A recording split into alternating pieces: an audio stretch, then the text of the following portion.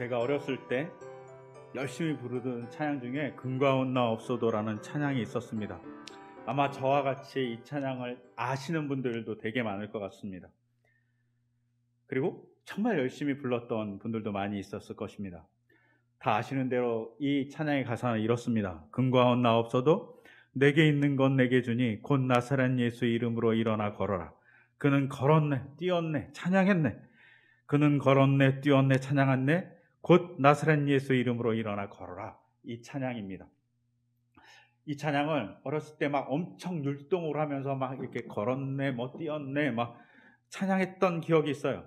그러면서 그것을 신용하면서 막 하는데 또 선생님이 어떻게 하냐면 이 노래를 천천히 부르셨다가 빨리 부르셨다가 막 그러면서 막 뛰는 속도를 막 조절하는 거죠. 정말 즐겁게 불렀던 찬양인 것 같아요. 그러면서 막 그 사람이 걷지 못했던 사람이 막 걷게 되는 즐거움을 나눴던 찬양이었던 것 같아요.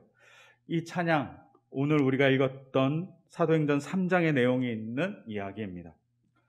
잘 아시는 대로 베드로와 요한이 오순절 사건 이후에 성전에 기도하러 갑니다. 아마 오후 3시쯤인 것 같습니다. 유대인들은 하루에 3번 정도 기도했다고 그래요. 오전, 늦으면 9시, 그리고 오후에는 3시, 그리고 해질녘 이렇게 3번 기도했다고 합니다. 아마도 유대인의 습관에 따라서 베드로와 요한도 마찬가지로 기도하러 올라갔겠죠.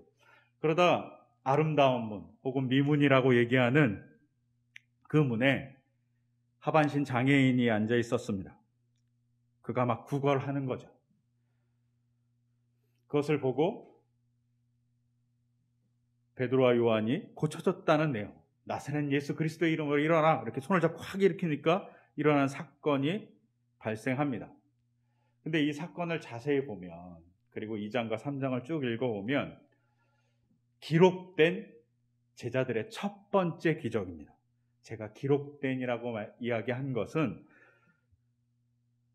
사도행전 2장 43절에 이미 제자들이 많은 놀라운 일과 표적들을 행했다고 기록되어 있어요. 근데 많은 이적과 표적들을 행했는데 그것에 대한 구체적인 내용이 기록되지 않아요. 그 대신 구체적인 내용이 기록된 것이 바로 오늘 읽었던 하반신 장애인이 일어나는 일입니다. 뭔가 특별하기 때문에 이렇게 기록했겠죠. 뭔가 특별한 것이 있는 것에 대해서 좀 힌트를 얻을 수 있는 건 우리가 읽었던 오늘 본문 8절입니다. 8절을 보면 벌떡 일어나 걸었다. 그는 걷기도 하고 뛰기도 하며 하나님을 찬양하면서 그들과 함께 성전으로 들어갔다 라고 되어 있습니다.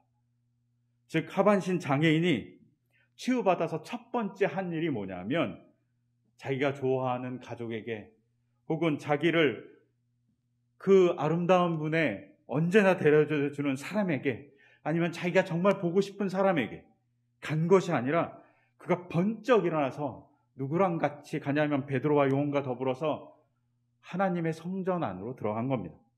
예배하러 들어간 겁니다.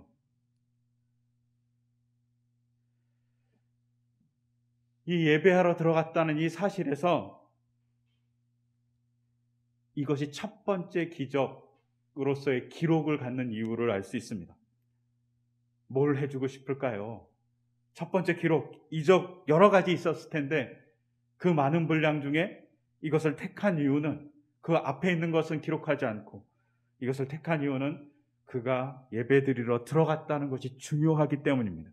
예배 회복이 존재했다는 거죠. 예배 회복을 존재했다는 것을 그 당시 성전 구조를 보면서 보면 좋으실 것 같아요. 제가 이렇게 우리 메신저로 이렇게 성전 구조를 보내드렸는데 참고해서 보시면서 그것을 생각하면 좋을 것 같아요. 이스라엘 예루살렘 예수님 당시의 성전은 예수님이 정화하셨던 그 뜰이 있어요. 그 뜰을 이방인의 뜰이라고 그래요. 그건 사실은 헤롯이 확장해 놓은 뜰이에요. 성전은 아니죠. 성전 밖에 있는 뜰입니다. 거기에는 이방인도 유대인들도 다 들어갈 수 있어요. 근데 이방인들도 있지만 이방인이 들어갈 수 없는 곳이 있어요. 성벽을 하나 넘으면 여인들까지, 즉 이스라엘 여인들까지만 들어갈 수 있는 뜰이 존재합니다. 이방인은 못 들어가요. 그리고 그 뜰을 통과하면 이스라엘 남자만 들어갈 수 있는 뜰이 존재합니다. 그리고 이스라엘의 남자만 있는 그 뜰을 통과하면 제사장들만 들어갈 수 있는 뜰이 또 나옵니다. 그리고 성전으로 들어가는 유일한 사람은 대제사장입니다. 즉 성전은 남녀를 나누든 계층을 나누든 아니면 이방인인가 유대인인가의 기준에 따라서 들어갈 수 있는 공간이 나눠져 있습니다. 점점 사람을 거르는 거죠. 근데 이 하반신 장애인은 어디 있었냐면 아름다운 문에 있었다라고 되어 있습니다. 아름다운 문이 어디 있었는지는 정확하게 아직 모릅니다. 그래서 이방인의 뜰과 여인의 뜰, 그 경계를 나눈 문이라고 얘기하는 사람들도 있습니다. 즉 이방인들까지는 다 갈 수 있는데 이스라엘 사람으로서 들어가는 첫 번째 문, 여인들까지만 허용하는 그 공간을 들어가는 문을 미문이라고 혹은 아름다운 문이라고 해서 맨 밑에 있어요. 근데 이것 말고 다른 기록에 의하면 여인들까지 들어가는 문, 여인들이까지 들어가는 그 뜰과 이스라엘 남자만 들어가는 공간을 나누는 문이 있어요. 그 문을 리가노르 문이라고 그럽니다. 근데 그 문이 화려하고 가장 아름다웠다라고 그래요. 그래서 그 문을 이문 혹은 아름다운 문이라고 얘기하는 학자들도 있습니다.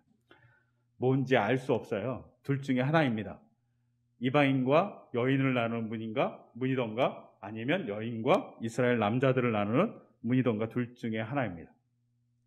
하여튼 이 문은 결과적으로 뭘 보여주냐면 이 하반신 장애인이 예배에 참여한 적이 없다는 겁니다.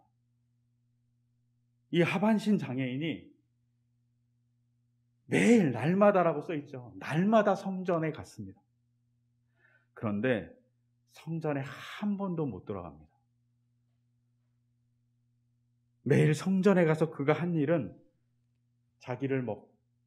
자기가 먹고 살기 위해서 구걸하는 일입니다.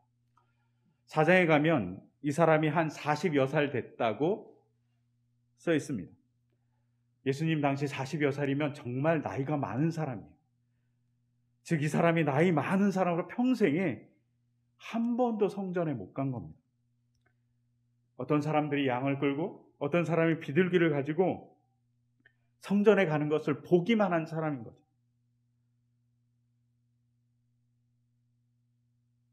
즉 성전이라는 그 공간에 제사와 예배에 소외를 당하고 있었던 사람입니다.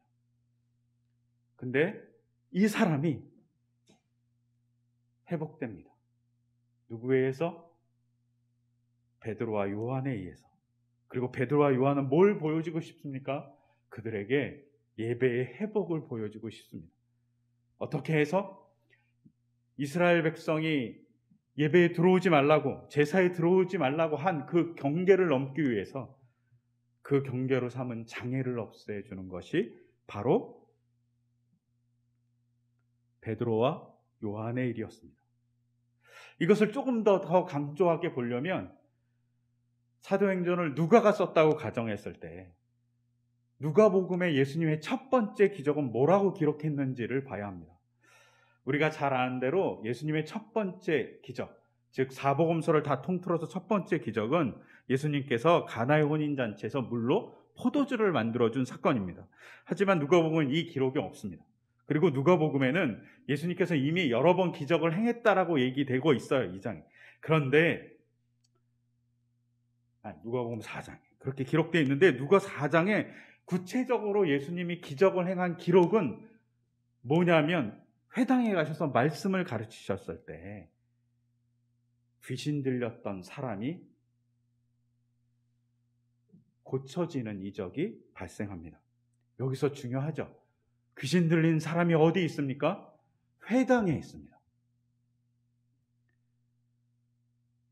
만약에 귀신 들렸던 사람이 악한 존재라면 그 악한 존재가 회당에 갔는데 회당이 얼마나 영적인 공간이 아니면 악한 존재가 거기 갔음에도 불구하고 별 능력을 발휘하지 못하는 공간이 돼버린 거죠.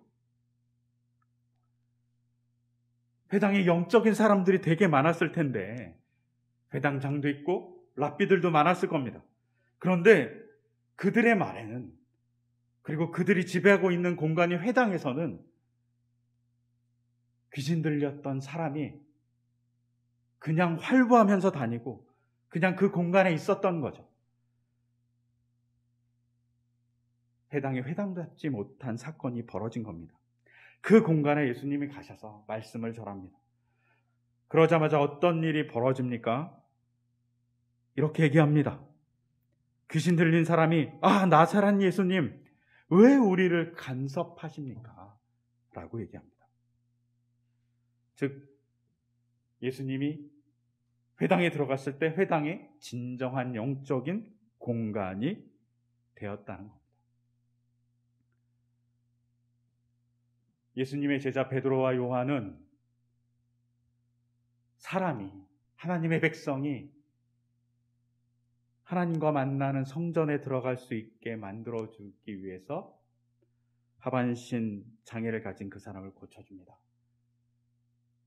성전에 누구나 들어갈 수 있게 성전을 성전답게 만들어주죠. 누가복음에서는 회당에 귀신 들린 사람이 치유되는 사건을 보면서 영적인 능력이 사라져버린 회당을 회당답게 만들어주시는 예수님의 역사가 있습니다. 여기서 우리가 봐야 됩니다. 오늘날 우리에게도 이런 역사가 필요하다는 것을. 오늘날 우리가 생각해 보면 교회가 영적인 공간으로서 능력을 발휘하고 있는지 봐야죠. 누가복음의 회당과 같이. 제가 되게 좋아하는 지명이 있습니다. 그것이 라마나요시입니다. 그것이 어떤 곳이냐면 다윗이 사울을 피해서 도망갔습니다. 그런데 사울이 다윗을 죽이기 위해서 암살자를 끊임없이 보냅니다. 근데 다들 다윗이 있는 곳, 사무엘과 같이 있었는데 그곳에 가면 다들 예언을 하는 겁니다. 그러자 사울이 어떻게 하냐면 자기가 갑니다. 근데 그 공간에 갔을 때 사울조차도 예언했다고 되어 있습니다. 영적인 공간에 들어가니까 영적인 사람이 된 거죠. 정말 교회가 영적인 공간으로서의 역할을 하고 있는지 우리에게 물어야 합니다. 그러기 위해서 우리가 뭘 해야 되냐면 사무엘과 다윗이 했듯이 끊임없이 하나님을 향하여 가는 길을 걸어가야 됩니다. 라마나요스는 사무엘과 사무엘의 제자들이 열심히 기도하면서 하나님의 말씀에 따라 살려고 노력했던 공간입니다. 그러기에 영적인 공간으로서의 힘을 가졌습니다. 그 공간에 들어가는 사람들이 영적인 말을 하는 일이 벌어졌기 때문입니다. 공간은 영적인 사람에 의해서 지배받습니다. 예수님이 회당에 있을 때 그 일이 벌어진 거죠. 우리도 그렇게 가야 합니다. 그렇게 가기 위해서 뭘 해야 되냐? 베드로와 요한이 잘 보여주죠. 기도하고 하나님의 말씀을 골똘히 생각하는 겁니다.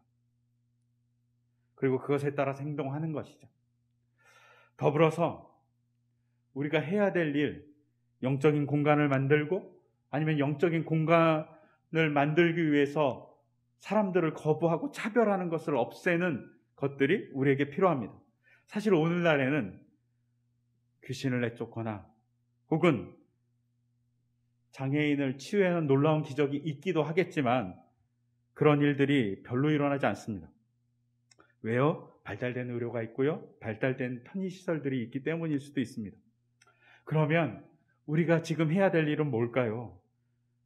영적인 공간을 만들고 하나님의 공간에 들어오는 일을 차별하고 있는, 장애인을 못 들어오게 하는 그 당시 이스라엘 백성들의 행태를 넘어가게 만드는 일들이 뭐가 있을까요? 생각해 보면 장애인의 예를 들면 아직까지도 휠체어를 타신 분들이 교회에 오는 것이 쉬운 일은 아니라는 겁니다.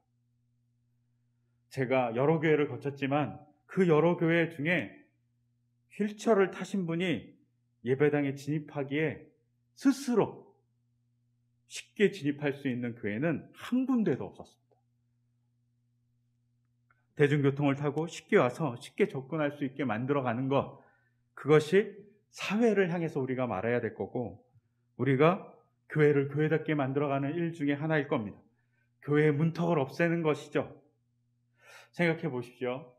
우리 교회도 부끄럽긴 하지만 점자 성경이 있나 한번 생각해 볼 필요가 있죠. 시각장애인들이 편하게 올 수 있는 교회인가 생각해야 됩니다. 또 가끔은 이렇습니다. 요새 코로나 때문에 매일매일 브리핑을 합니다.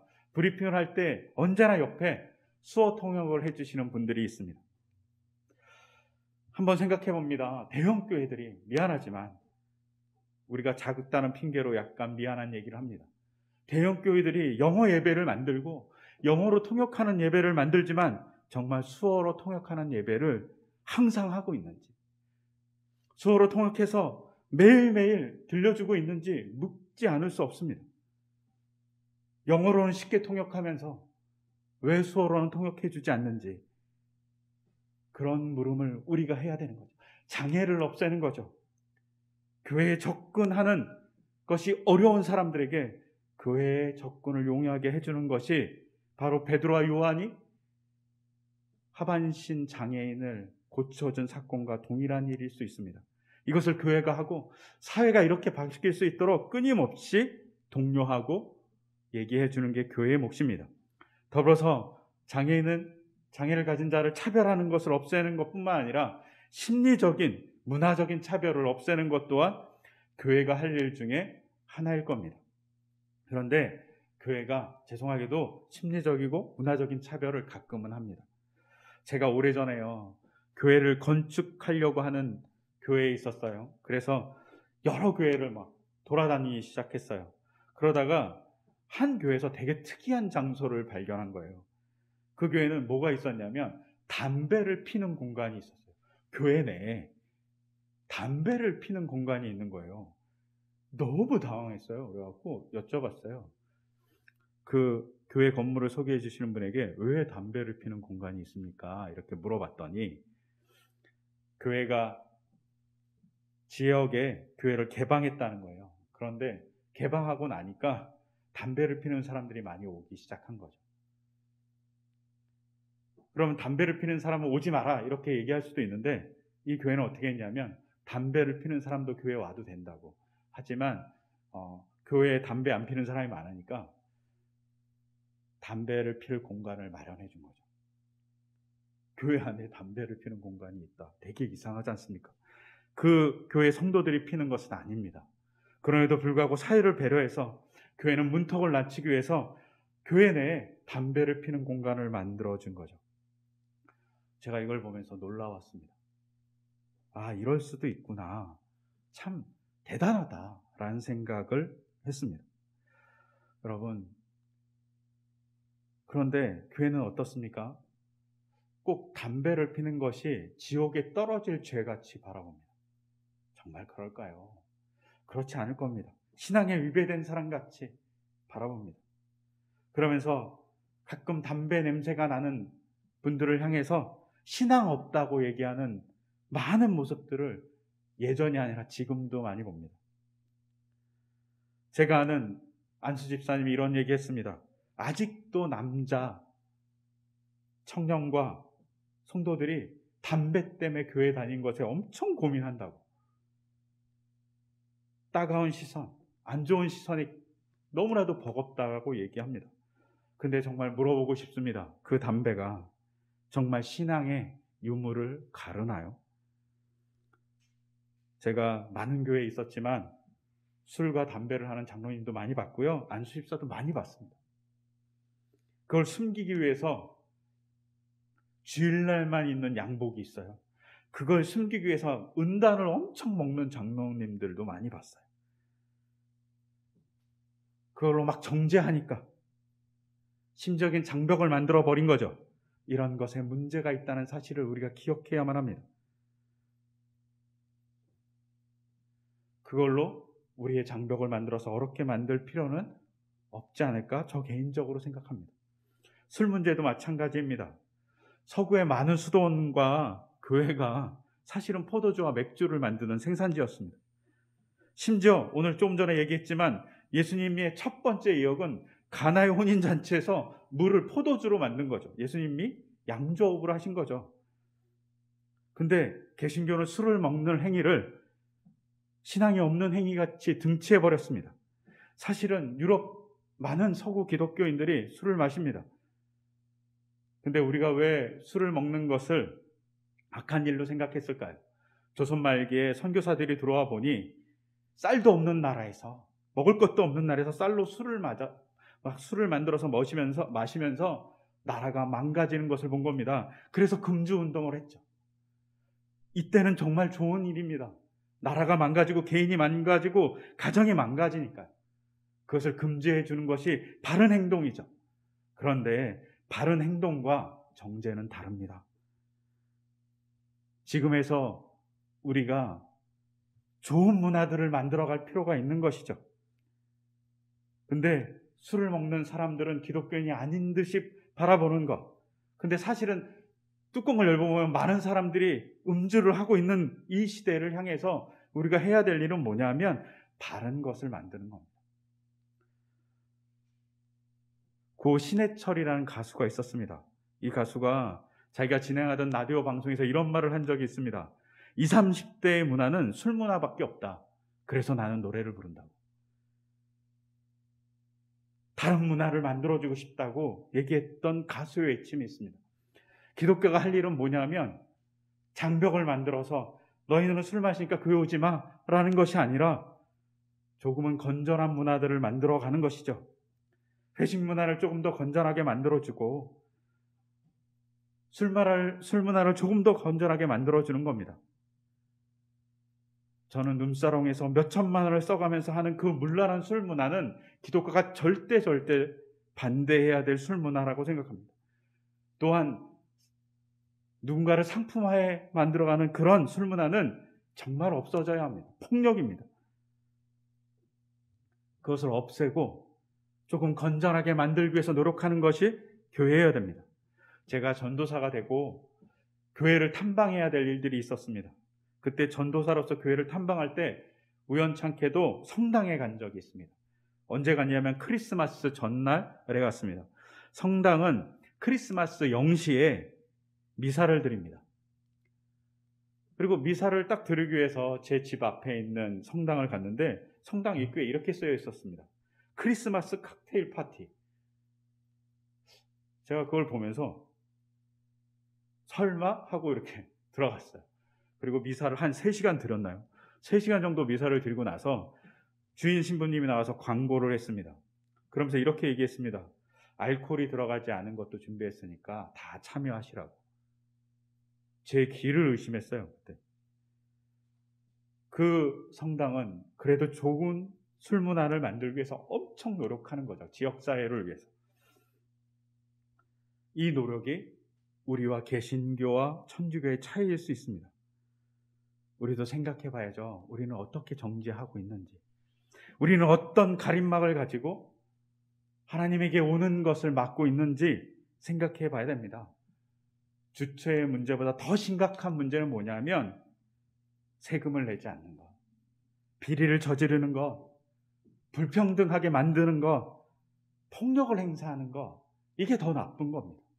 근데 교회는 주체의 문제가 더 나쁘게 바라봅니다. 나쁜 것을 나쁘다고 얘기할 수 있는 것, 그리고 덜 나쁜 문화가 있다면 그 문화를 좋은 문화로 바꾸려고 노력하는 것, 이것이 교회를 더 사람들이 올 수 있게 장벽을 무너뜨리는 일일 겁니다. 그 일을 만들어가는 것이 교회가 해야 될 일이라고 생각합니다. 더불어서 우리가 봐야 될 이 하반신 장애인을 고쳐준 사건의 또 하나의 중요한 것은 해방이라는 겁니다. 어떤 해방이냐면 하반신 장애인이 치유의 사건을 얻은 이후에 그리고 미문에서 구글한 그 사건들을 쭉 보면서 한번 생각해 봐야 하는 일이 해방인데, 그 해방이 왜 해방이냐면 왜 이 사람이 미문에서 구걸했냐에 대한 질문을 통해서 알 수 있습니다. 이 사람은 미문에서 구걸합니다. 아름다운 문에서. 왜 아름다운 문에서 구걸할까요? 하나님의 그 아름다움을 사모해서 아름다운 문에 가서 종교적 열심 때문에 구걸했을까요? 종교적인 가족이기 때문에 너무나도 특심해서 거기서 구걸했을까요? 제 생각엔 그 가능성은 대단히 낮습니다. 다른 관점은 뭐냐면 약간 불순하지만 성전의 아름다운 곳에서 구걸한 건 그 성전의 아름다운 문이 많은 사람들이 통과하는 문이기 때문입니다. 많은 사람들이 통과하니까 많은 사람을 만나서 구걸하기 쉽기 때문에 그 자리에 이 사람은 항상 갔을 겁니다. 그럼 이 사람이 항상 갔다는 건 이 사람만 갔을까요? 많은 장애인들이 있었을 텐데 여기에는 이권이 있었을 겁니다. 가장 아름다운 문에 있었으니까요. 우리가 잘 아는 대로 예수님의 성전성화 사건을 보면 왜 거기서 성전성화 사건을 벌립니까? 돈 장사를 하지 말아야 될 제사장들이 돈 장사를 했기 때문입니다. 그런데 그건 이방인의 뜰이에요. 근데 이방인의 뜰보다 더 깊이 들어가는 문에 있는데, 아니면 정말 리가노로 문이라고 그러면 더 깊이 들어가 있는 문인데 그 문을 점유하는 것이 이권이 없었을까요? 분명 이권이 존재했을 겁니다. 근데 그 이권의 노예가 되어서 살아가는 사람들을 향해서, 혹은 이권을 행사하고 있는 제사장들과 종교 지도자들을 향해서 저항하는 겁니다. 이 사건은 성전 정화 사건과 맞먹는 파괴력을 가진 사건일 수도 있습니다. 이권을 갖고 있는 사람들을 향해서 그런 일을 하면 안 된다고 얘기하고 있는 것이기 때문입니다. 여기서 그것을 조금 더 알 수 있는 건 오늘 읽었던 본문 사도행전 3장 4절에 보면 베드로가 요한과 더불어서 그를 눈여겨보았다고 되어 있어요. 눈여겨보았다라는 헬라어가 아테니조라는 헬라어예요. 근데 이건 뭐냐면 빤히 쳐다보다예요. 뚫어지게 쳐다보다. 그리고 뚫어지게 쳐다보면서 뭘 하냐면 골똘히 생각한다는 거예요. 뭘 해야 될지.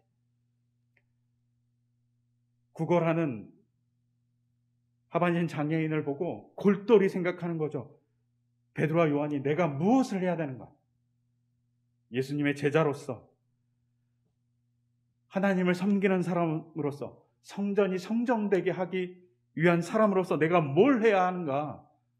라고 했을 때 그들은 돈을 주는 것이 아니라 그를 치유하고 그와 더불어서 손잡고 성전에 들어간 겁니다. 골똘히 생각하는 거죠. 성전의 회복을 위해서. 그리고 돈의 노예가 되어 있는 성전을 성전답게 만들기 위해서 골똘히 생각해서 치유의 사건이 발생하게 한 거죠. 저희 아내가 저에게 가끔 선물을 사줍니다. 근데 저희 아내가 저한테 사준 선물 중에 파란 폴로 티셔츠가 있었습니다. 이 티셔츠는 제가 청년부 목사일 때 사준 거예요. 청년부 목사라는 것이 이렇게 조금은 프리하게 옷을 입고 또 수련회나 교회 행사에 양복을 입지 않고 갈 수 있는 좋은 위치에 있죠. 근데 그런 위치에 있는 저에게 그래도 볼품 있게 앞에 나가서 볼품 있게 사람들에게 보여주기 위해서 좋은 옷을 하나 선택한 거죠. 그러기 위해서 어떻게 합니까? 저희 아는 제 삶에 유심히 보고 제 역할을 유심히 보고 또 제 피부색도 보고 제 옷 스타일도 보고 그리고 어울릴만 만한 것을 찾으면서 돌아다녔을 것입니다. 이것이 유심히 보고 골똘히 보는 겁니다. 그의 삶을 회복하기 위해서 혹은 그의 공간을 회복하기 위해서 골똘히 보는 겁니다. 선물을 할 때 어떤 사람은 자기가 좋아하는 걸 선물하는 사람이 있어요. 어떤 사람은 그 사람의 필요한 것을 선물해 주는 사람이 있습니다. 그런데 부모가 되잖아요. 그러면 아이에게 필요한 것을 선물해 줍니다. 근데 여기에 플러스 뭐 되냐? 아이에게 좋은 것을 선물해 주려고 합니다. 그가 잘 성장하기를 바라는 마음으로 선물도 고민해서 골라서 줍니다. 저희 아이에게 제가 이어폰이나 헤드폰을 사줍니다. 그럴 때마다 절대로 사주지 않는 게 커널형 이어폰을 사주지 않습니다. 그 아이의 귀를 생각하기 때문입니다. 항상 오픈형 헤드폰, 이어폰을 사줍니다. 왜? 그렇게 듣고 싶어하는 음악을 잘 듣게 하기 위해서 뭘 합니까? 유심히 보고 그가 필요한 것들을 마련해 줍니다. 색깔도 하얀색 좋아할 때는 하얀색, 검정색 좋아할 때는 검정색으로 골라서 줍니다. 이렇게 보는 거죠. 유심히 보는 것. 우리가 잘 아는 여호와 이레라는 말이 있습니다. 하나님이 준비해 주는 거죠. 근데 하나님이 준비해 줄 때 어떻게 합니까? 이레라는 말은 히브리어 라라는 말에서 왔습니다. 본다는 거예요. 하나님이 유심히 보고 준비해 주는 거죠. 마찬가지로 베드로와 요한도 예수님 당시의 성전의 문제를 유심히 본 거죠. 단순히 그냥 하반신 장애인만을 본 것이 아니라 모든 것을 유심히 보고 그에게 필요한 것을 준 겁니다. 그것이 그가 걷고 예배에 들어가는 거죠. 그에게 가장 필요한 것은 걷는 것뿐만 아니라 예배의 회복이었기 때문입니다. 그리고 그 예배 회복은 그만의 회복이 아니라 이스라엘 그 당시 성전의 잘못된 것에 회복이 필요했던 것이죠. 여러분, 우리에게 이렇게 회복하기 위해서 다가오시는 것이, 그리고 다가오시는 분이 바로 하나님이십니다. 오늘 이사야서 25장 8절에서 주님께서 죽음을 영원히 멸하신다. 그래서 사람들이 어떻게 되냐? 얼굴에 눈물을 말끔히 닦아주신다고 되어 있습니다. 그런데요, 이 죽음을 영원히 멸하신다는 말이 히브리어로는 죽음을 삼켰다란 말입니다. 죽음과 같은 상황, 곤란한 상황, 그들의 아픔을 삼켰다는 거죠. 제자들이 하반신 장애인의 그 어려움을 삼킨 겁니다. 왜요? 제자들이 예루살렘 성전에 가서 기도하기 위해서, 또 기도하기 위해서 들어갈 때 하반신 장애인을 고쳐주는 일은 그냥 쉬운 일일까요? 그냥 그래, 나에게 능력이 있으니까 일어나, 이런 걸까요? 그렇지 않습니다. 그들은 목숨을 걸고 고쳐준 겁니다. 왜? 얼마 전까지만 해도 예수님이 십자가에 돌아가셨기 때문입니다. 성전에 들어가는 그 일 자체가 목숨을 거는 일입니다. 근데 성전에 들어가서 열심히 기도할 뿐만 아니라 그들은 그들을 드러내면서 하반신 장애인을 고쳐주고 하반신 장애인을 못 들어오게 하는 성전의 문화에 대해서 반박하는 겁니다. 저항하죠. 이들은 목숨을 건 치유의 이적을 한 겁니다. 그렇기 때문에 이 목숨을 건 치유의 이적이 이미 그 전에 이적이 있었지만 첫 번째 이적으로 기록된 겁니다. 기록만 첫 번째 된 거죠. 제자들도 이렇게 하는데 예수님은 우리에게 그렇게 더하게 다가옵니다. 왜? 우리의 죽음을 삼키기 위해서 예수님이 십자가를 지셨기 때문입니다. 죽음을 삼키시는 분으로, 우리의 죽음과 같은 아픔을 삼키시는 분으로 우리에게 오십니다. 되게 유명한 시 중에 나타주 시인이 이런 시를 썼습니다. 자세히 보아야 예쁘다. 오래 보아야 아름답다. 너도 그렇다. 하나님이 우리에게 이렇게 얘기하는 것 아닐까 싶습니다. 내가 자세히 너를 보니 넌 참 예쁘구나. 오래 내가 보았으니 너는 아름답구나. 내가 그러기에 나 그리고 나의 아들인 예수를 너에게 보냈다라고 얘기하는 겁니다. 이 시의 제목은 풀꽃입니다. 풀꽃, 별 볼 일 없는 거잖아요. 그런데 그 풀꽃 같은 인간을 자세히 보니 하나님이 예쁘다고 얘기하는 겁니다. 오래 보니 예수님이 아름답다고 얘기하는 겁니다. 그래서 우리를 위해서 십자가를 지셨다고 얘기합니다. 이것이 우리에게 다가오시는 예수님의 사랑이고 하나님의 유심히 보심입니다. 우리가 이 유심히 보는 것을 통해서 이렇게 존재합니다. 그리고 우리는 닮아가야 합니다. 어떻게? 우리도 교회와 세상을 유심히 봄으로, 특히 어떻게? 하나님의 눈으로 유심히 봄으로 고쳐가는 능력과 행동이 필요합니다. 그러기 위해서 우리가 성경을 보는 거고요. 그러기 위해서 책을 읽는 겁니다. 그리고 행동하기를 소망합니다. 우리 교회는 그 일 중에 하나, 건물을 갖지 않는 것을 하나의 행동 방향으로 가졌습니다. 건물을 갖지 않는 모습으로 세상에 도전하는 거죠. 그리고 하나님의 능력으로 우리가 놀라운 역사를 보여줄 수 있는 교회가 되기를 소망합니다. 그리고 우리 삶이 되기를 소망합니다. 그렇게 됐을 때 우리를 사용하셔서 교회를 교회되게, 예배를 예배되게 하는 놀라운 일들이 벌어질 거라고 믿습니다. 그러기 위해서 우리는 어떻게 합니까? 유심히, 자세히 봐야 합니다. 어떤 사람들은 자세히 보고 비판하는 사람이 있습니다. 어떤 사람들은 오래 보고 싫어합니다. 하지만 기독교인이 가져야 될 관점은 자세히 보고 그것을 예쁘다고 얘기하는 겁니다. 오래 보고 아름답다고 얘기하는 겁니다. 하나님의 마음이 그러니까요. 하나님의 마음이 우리를 자세히 오래 보셔서 아름답다고 얘기합니다. 그 아름다운 것을 만들어 갈 수 있도록 우리가 자세히 오래 하나님의 말씀을 보고 또 세상의 눈을 가져서 세상을 조금 더 아름답게 예쁘게 만들어가는 어울림 공동체, 또 우리 교회, 우리의 여러 가지의 일들이 되기를 소망합니다. 그렇게 될 수 있도록 이 시간 우리의 마음을 담아서 같이 기도했으면 합니다. 제가 기도하겠습니다. 주님, 우리가 조금은 더 주님을 닮기를 소망합니다. 제자들과 같이 유심히 보기를 소망합니다. 그리고 그것을 통해서 하나님이 원하는 그 당시의 일들을 해가기 소망합니다. 제자들이 목숨을 걸고 성전에 가고 목숨을 걸고 하반신 장애인을 고쳐줬습니다. 그것이 단순히 그 사람 하나의 어려움만을 고쳐준 것이 아니라 사회 시스템을 향한, 성전의 아픔을 향한, 성전의 부패를 향한 외침이었습니다. 주님, 우리도 주님의 말씀을 유심히 봐서 주님이 주신 교회를 향한 올바른 길을 걷게 하시고 주님이 창조하신 사회를 향해서 주님의 뜻을 올바르게 얘기해서 이 시대 회복을 만들어가는 작은 도구가 될 수 있도록 인도하여 주시옵소서. 그것을 통해서 교회가 교회되고 예배가 예배되기를 소망합니다. 그 소망을 주님, 우리의 마음을 들여서 기도하오니 우리를 찾아오시고 인도하여 주시옵소서. 이 모든 것 주 예수 그리스도 이름으로 기도드립니다. 아멘.